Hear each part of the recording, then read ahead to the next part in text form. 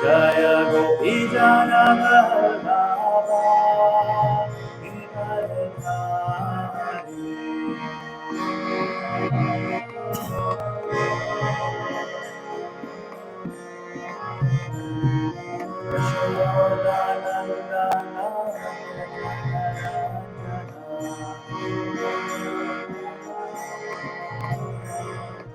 Yashodanandana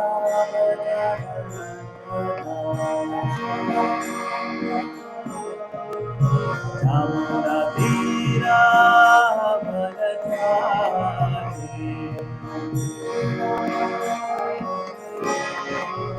Jamuna Tira Bharadwari.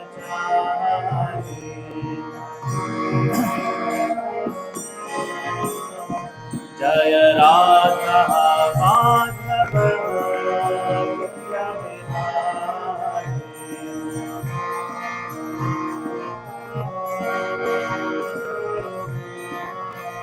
Jaya Radha Madhava Radha Madhava Radhe.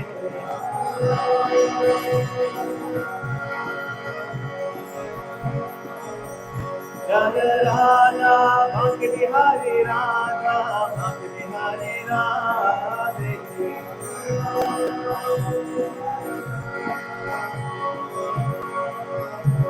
Jaya Prabhupada Jaya Prabhupada Prabhupada Jaya Prabhupada.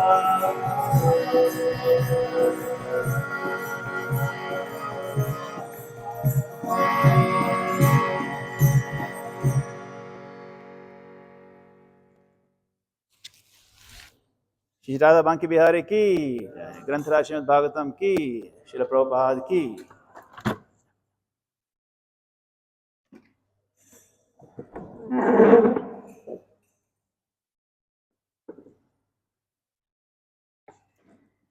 Three.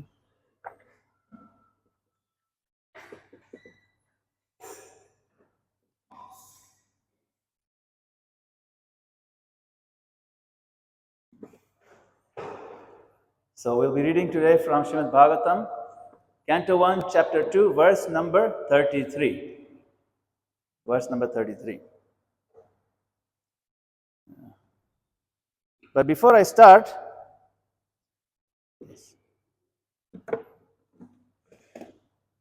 I want to express some words of gratitude to all of you, devotees in Nairobi, all the leadership, to Maharaj, to Mahaprabhu, all the leaders are present here, all the different leaders and the different centers. There were Temple President Shri Gauranga Prabhu, thank you for your kind hospitality in hosting me. And also all the leaders in the other Kenyan centers I went to visit. And I was very fortunate in this trip. I got to see our centers in Eldoret, in Kisumu, in Nakuru, and both our centers in Mombasa. And it was quite an uplifting, enlivening experience for me. Coming back to my country of birth, this is the country where I grew up. This city of Nairobi is where I discovered my Krishna consciousness by the mercy of Srila Prabhupada, mercy of great devotees, some of whom are present here today. And I cannot find words to express my gratitude to you for your contribution to my connection with Krishna consciousness. I'm very thankful that by the mercy I'm still somehow connected. I haven't at least left the association of great devotees like yourselves. And this is my saving grace. And I'm praying that I can be somewhat useful to this organization, to Srila Prabhupada's movement, to his mission in some capacity someday. Until then, I'll try to serve best I can. So thank you all very much. Hare Krishna. Om Namo Bhagavate Vasudevaya. Om Namo Bhagavate Vasudevaya.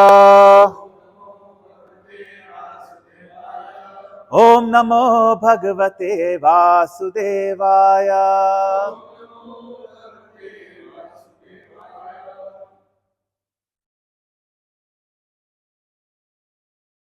Asau Gunamayir Bhavayir Bhuta Sukshmendriyatmabhi Svanirmiteshu Nirvishto Bhunte Bhuteshu Tadgunan Asau Gunamayir Bhavayir Bhuta Sukshmendriyatmabhi Svanirmiteshu Nirvishto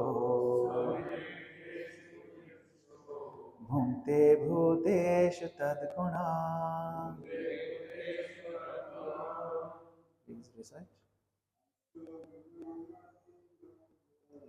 Asau Gunamayir Bhavayir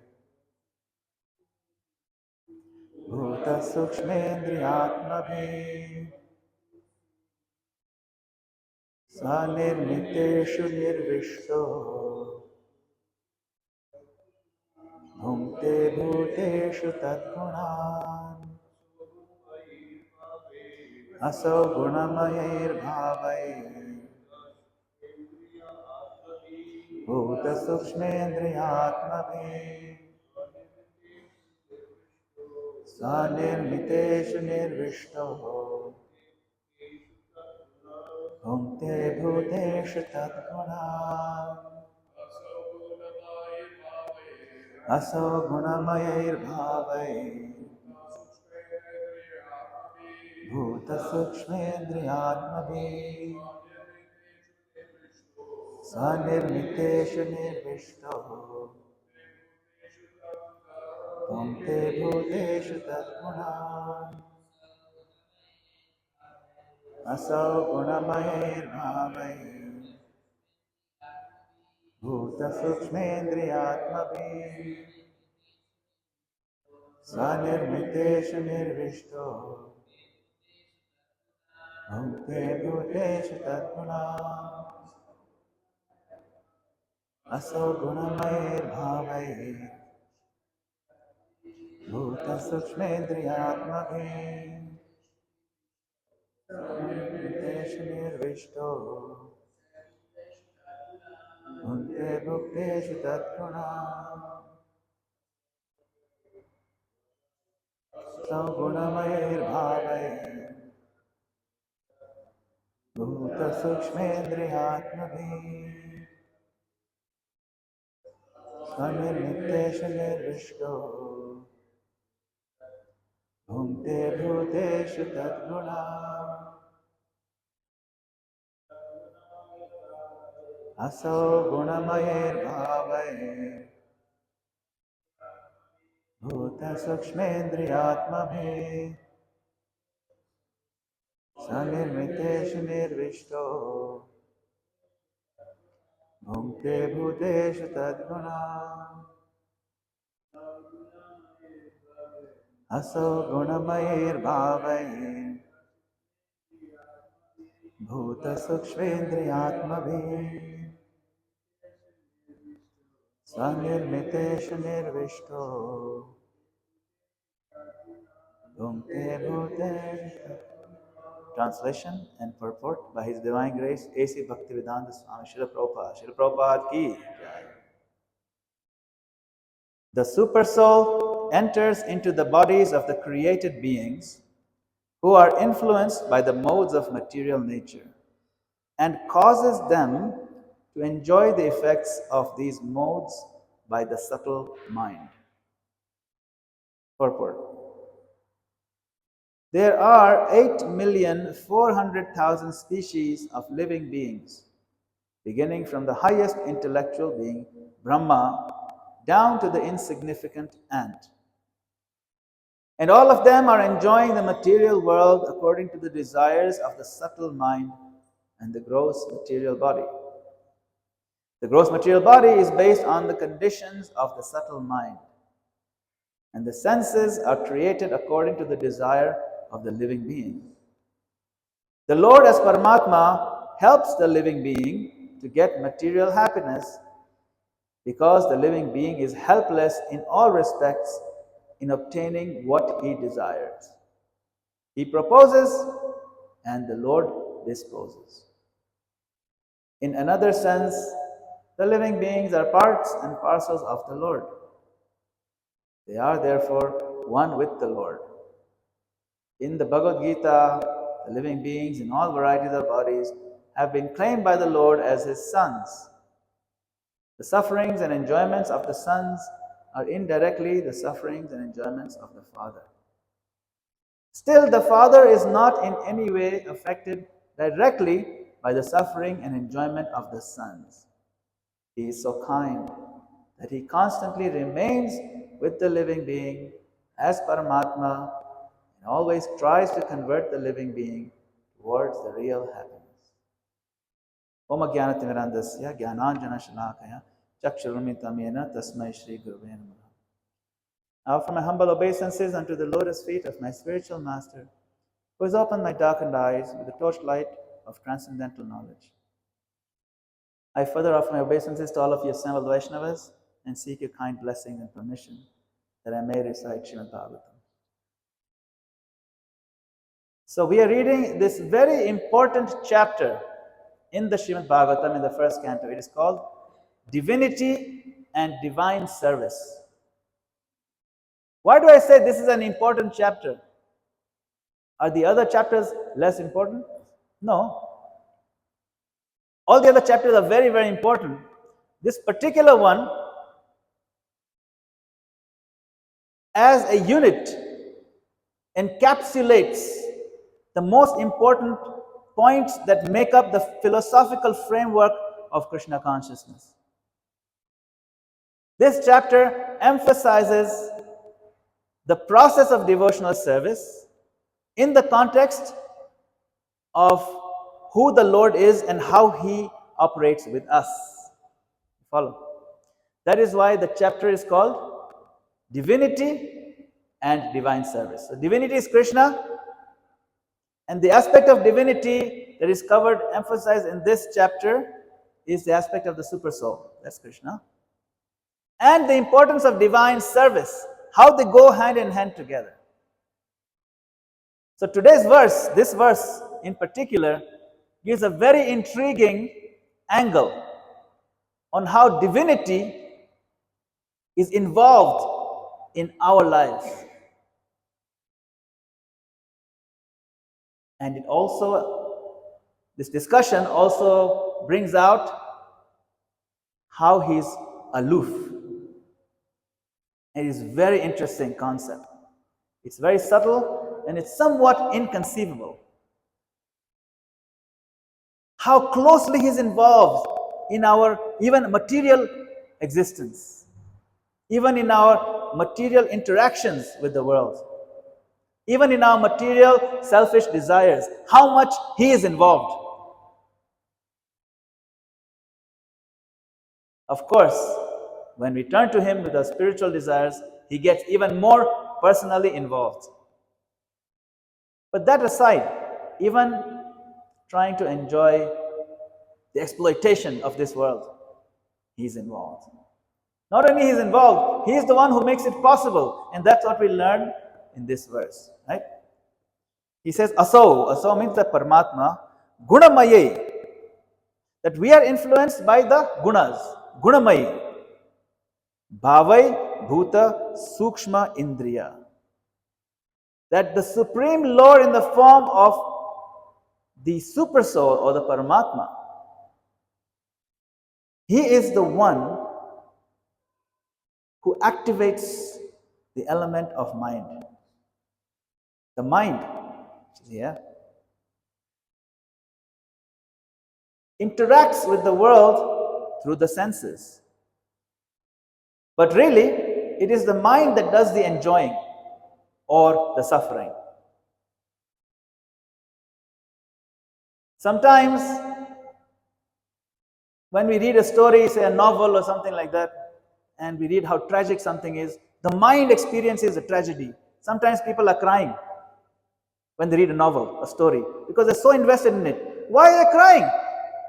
You didn't smell it, you didn't touch it, you didn't feel it, you didn't hear it, you didn't experience it physically, but you experience it on the mind. And so it really moves you and you can cry. You know, sometimes we see like in crowded trains also in India or other places, people are really into these novels.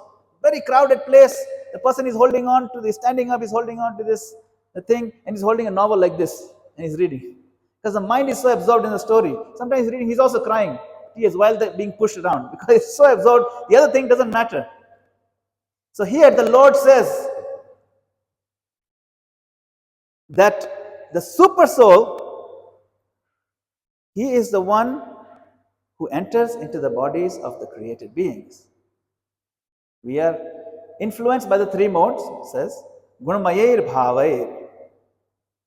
And it is the Lord that facilitates the enjoyment energy, the feelings, because He's there with us.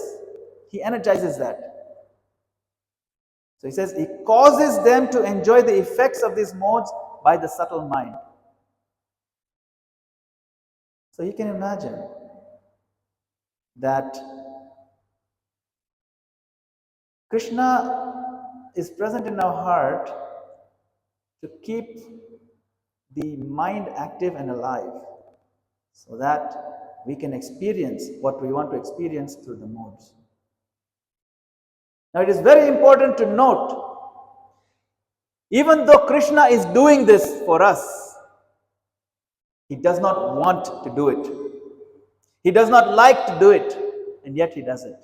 This is the paradoxical nature of freedom. Freedom means, remember, we are all parts and parcels of Krishna. We are, in one sense, expansions of Krishna. And as expansion of Krishna, we have limited freedom to try to enjoy, to exploit the world in different ways. To facilitate that desire, even though the Lord does not like to do it, because He prefers that we enjoy with Him instead of trying to enjoy separately. He prefers that we are connected with Him in loving exchange. Not only He prefers that, that is really our eternal nature, but out of foolishness we have turned away from Him. So to facilitate our foolishness, our desires, He comes in our hearts and He energizes, activates the mind. Srila Prabhupada elaborates on the purport very, very nicely, and he clarifies some of the confusions that might arise from this discussion. So please listen carefully. The Lord as Paramatma helps the living being to get material happiness because the living being is helpless in all respects in obtaining what he desires. We are helpless. Without Krishna's help, we cannot even enjoy self-destructive things. Some people take intoxicants, some people do gambling. These are things we as devotees avoid because they're self-destructive. But even to enjoy those things, Krishna facilitates the mind. Of course, that pains him even more. It says that the living entity proposes and the Lord disposes. Now, in another sense, the living beings are parts and parcels of the Lord. That we know. We are parts and parcels of Krishna. In the Bhagavad Gita, the living beings in all varieties of bodies have been claimed by the Lord as His sons. Right? Anybody know that verse? Yes. Sarva yonishu kaunteya. I am the seed-giving father of all the species of life. All of them. Krishna provides the DNA, the design, everything. He is a seed-giving father. So now this is interesting. The sufferings and enjoyments of the sons, because we are all his sons, are indirectly the sufferings and enjoyments of the father. Now in this world also we see like that, isn't it?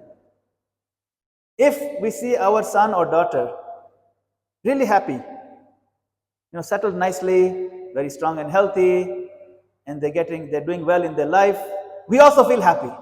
We enjoy in one sense. Indirectly. It's called indirectly. When our son is enjoying on the swing and he's just squealing with joy, we also feel happy. But indirectly. We're not feeling exactly what he's feeling, but we feel happy because he's also enjoying. So here he's saying that the suffering and enjoyment of the sons are indirectly the suffering and enjoyments of the father. Still, the father is not in any way affected directly by the suffering and enjoyment of the sons. He is so kind that he constantly remains with the living entity as Paramatma, always tries to convert the living being towards the real happiness. You see, the last two words in the purport are the key. Real happiness.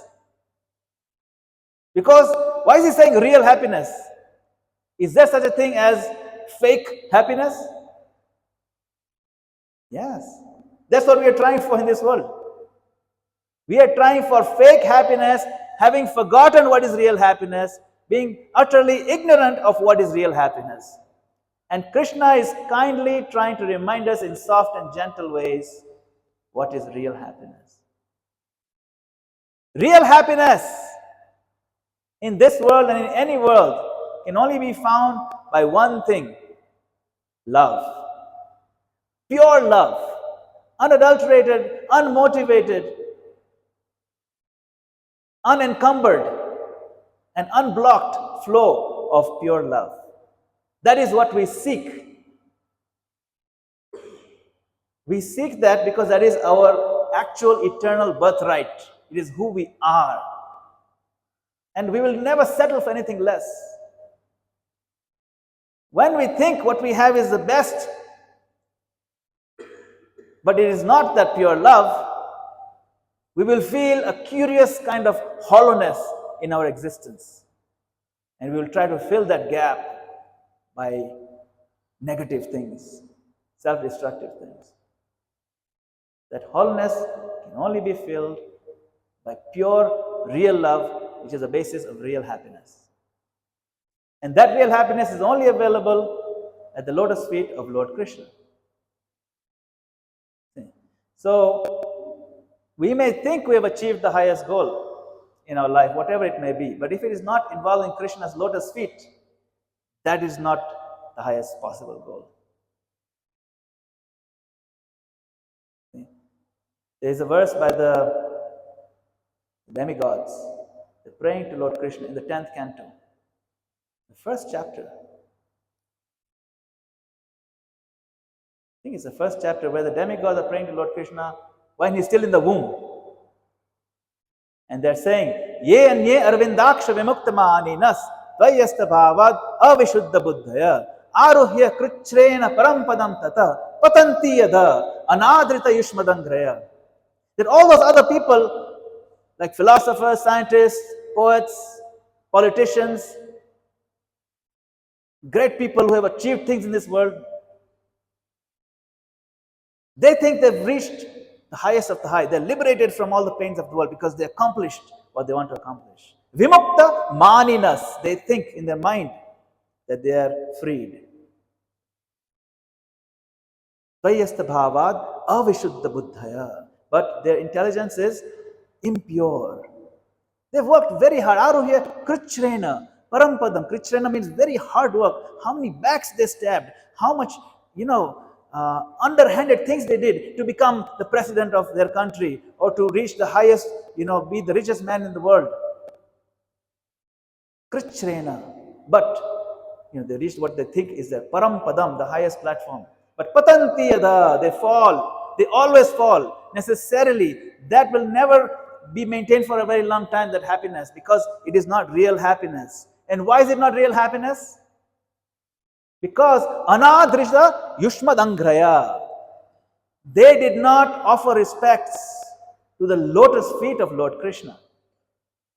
No matter what you do in your life, if we do not offer respects to the lotus feet of Lord Krishna, we will always fall. And if we offer the respects to lotus feet of Lord Krishna every day, all the time, there's no question of falling, because you're already at the highest parampadam. Lotus feet of Krishna already the highest parampadam. Right? There is a verse in the Bhagavad Gita, 2nd chapter, where Krishna talks about how one cannot find happiness without peace. You know? Ashantasya kuta sukham. How can you find happiness without peace? Krishna asks a question to Arjuna. It's a rhetorical question, it's not meant to be answered. He says, Nasti buddhi ayuktasya, na cha ayuktasya bhavana, na cha bhavayata shantir ashantasya kuta sukham. If your intelligence, na asti buddhi ayuktasya, yukta means connected, ayukta means disconnected from the lotus feet of Krishna. Nasti buddhi ayuktasya, na cha ayuktasya bhavana. If you are not connected to the service of Lord Krishna, you will never find peace in your life. You may be successful, quote unquote, but you'll never find what Prabhupada calls here real happiness. See? The Lord is always trying. Na cha yuktasya bhavana, na cha bhavayata shanti, na shantasya kuta sukham. Where is the question of happiness when there's no peace? Imagine you're eating a bowl of ice cream, the best ice cream in the world. But at the same time, you have sand in your socks. It's bothering you like anything. Even though you enjoy the best ice cream, you can't really enjoy it, because the sand in your socks will make you disturbed. You'll not be at peace. Without peace, you can't even enjoy material happiness. What to speak of spiritual happiness? So first, we have to find peace. Peace, Krishna says, is only available at the lotus feet of the Lord. There is another verse called the peace formula in the Bhagavad Gita. Anybody know which one that is? Yes. Chapter? Yeah, the last verse in the chapter 5. Yes, please go ahead.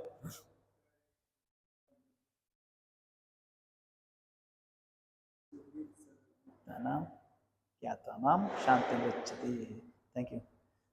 Bhoktaram yagya tapasam. This is the last verse in the 5th chapter. He says, Bhoktaram yagya tapasam sarvalok maheshwaram suhridam sarvabhutanam gyatva shantim richati. That look, I'm very powerful. Bhoktaram yagya tapasam. I am the enjoyer of all the yagyas that people do all over the universe. All the austerities that people do all over the universe. I enjoy it. They dedicated that to me. Sarvaloka Maheshwaram. I am controlling every planet, everywhere. I am the Maheshwara. I am that. Now, you might wonder, okay, how is that supposed to make me feel peaceful? Yes, you're this big, strong person, very powerful. Jai Shri Radha Manke Bihari ki jai, Sri Ramachandra Hanuman ji ki jai, Shri Gaunita ki jai. You're this big, strong, influential, powerful person. You can crush a planet in 1 second. How is that supposed to make me feel peaceful? Probably freak me out. Probably make me feel very unpeaceful, disturbed. Bhoktaram yagya tapasam sarvalok maheshwaram. But he gives another piece, another aspect. Suhridam sarvabhutanam gyatva shantim richati. But I am also the Suhrid, the well-wishing dear friend of every living being. So when you know this, then you will achieve peace. Gyatva mam, you know me to be this person, you will achieve peace. Shanti richati. So if you have a very rich, if you know like a very rich person, very powerful, influential person, if he wants he get anything done, Things that will take 2 years to do, he'll get it done in one day. Because he has the contacts in the government. Very powerful. So much money has access to, you want to build something, build a dam or a bridge or something, he'll get it done in 2 weeks instead of 20 years. Because there's so much money. Just throw money at it. So powerful. You know that person. But that person, if he doesn't know you, there's no point. Doesn't help. If he's not your friend, what does it help? Or if you have a very close friend, said, I'll do anything for you. I'll give my life for you. Whatever you need, I'll do for you. Anytime, day or night, you call me. But that guy has no influence. He doesn't have any money. Half the time, his cell phone doesn't work. He lives under a bridge, doesn't even have a house. So that friendship is nice, but what can he do for you? Nothing. Can't do much for you. Yes, I'll do anything for you, but not much he can do. But imagine if that very powerful, influential person is also a very close friend to you. Then you'll feel at peace. Then he is with me. Anytime, day or night, I call him, lift up the phone, he will be here. Imagine if you have that kind of contact, who is your super close friend. How peaceful you'll feel. You don't even need to don't even feel like you need to earn money or work hard. Because you need something, he'll be there. This is Krishna. Savraloka Maheshwaram, Suhridam Sarvabhutanam. That combination is the one that gives us peace. So what Krishna is saying, what Sutta Goswami is explaining over here, is that Krishna has made himself available in everybody's heart.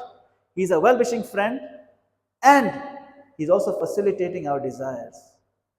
Even though they may be opposite to progress. But he's eagerly awaiting that when will you start turning to him to make genuine progress, to find real happiness. And so he gives gentle nudges. Do this, don't do that. Please. But we can always override the nudges of the Lord in the heart. The more we go against those gentle suggestions, the less he will give suggestions. But he'll always be with us. So now, if we decide, my Lord, I have been ignoring your suggestions all my life, maybe many, many lives. Please help me understand. Please give me the strength to listen to your suggestions. The suggestions of the Chaitya Guru, the Guru in the heart is Paramatma. He gives the suggestions. You know, the soft voice that tells you this is the right thing to do. We all have it. We've all heard it. The Chaitya Guru gives gentle suggestions. If we amplify them, we listen to them, we try to implement them in our lives, and we confirm them with the Sadguru.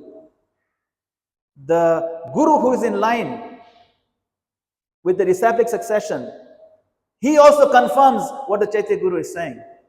And you confirm that also with the Shastra. So, Guru, Sadhu, Shastra, and then the Paramatma you feel also. Whatever that gentle voice.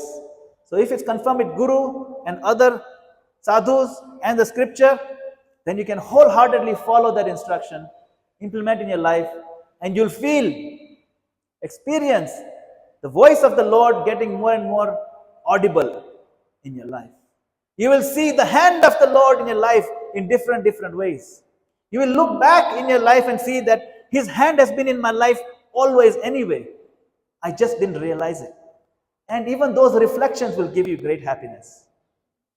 Even those times when we're going through a lot of sorrow and difficulty, and then now we reflect and realize that it is the Lord who carried us across. Even that reflection, those memories, will give us spiritual happiness.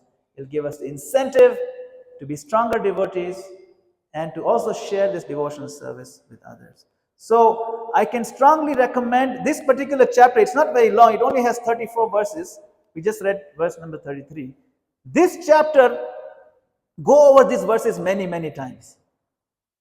Because it tells you in a sequence how the study of Srimad Bhagavatam creates a chain reaction. Study of Bhagavatam creates a chain reaction. It establishes Krishna in the heart as an irrevocable fact. It removes the effect of Rajas, Tama, the modes, the gunas. It removes those effects. And then we'll be at peace. Then the misgivings in the heart is like a knot that gets cut, and we can really see the Lord. And it goes on and on like that. The chain reaction happens when you read Bhagavatam on a daily basis and you chant Hare Krishna. So please take this chapter very seriously. Read it again and again. It's worth memorizing. You will certainly appreciate it. Thank you. Srila Prabhupada ki Jai. Hare Krishna. So any comments or questions? I think we might have a couple minutes. We can go.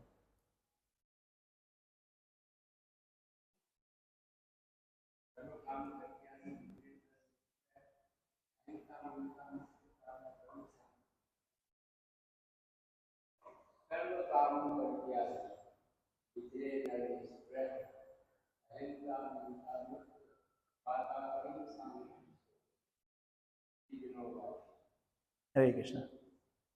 Thank you, Prabhu, for reciting that. Anybody else want to share any thoughts? Yes, Rukma Prabhu.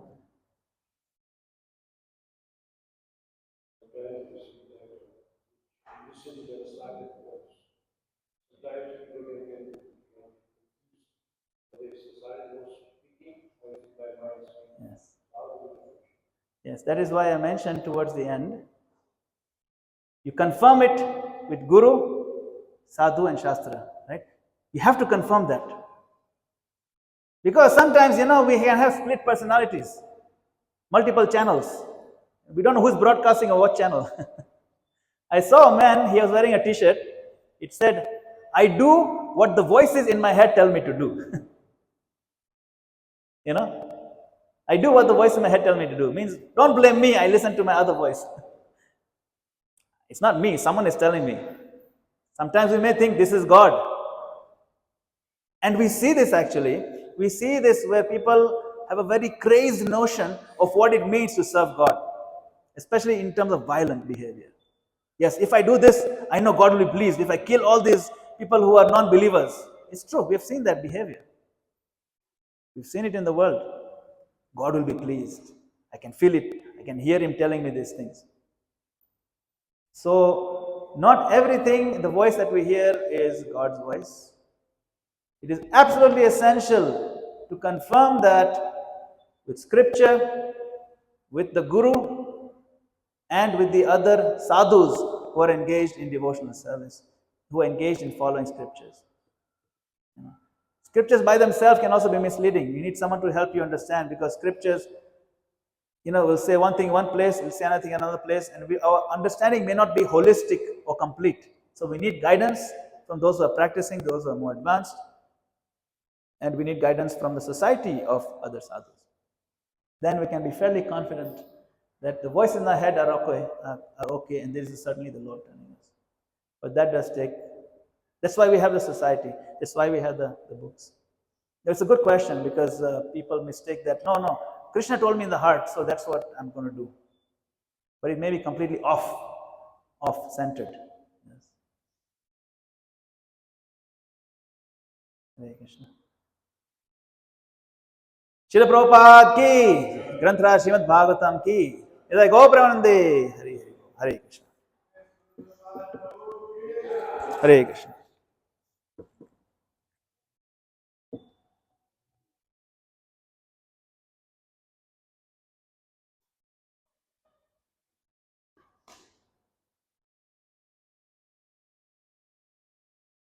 Lord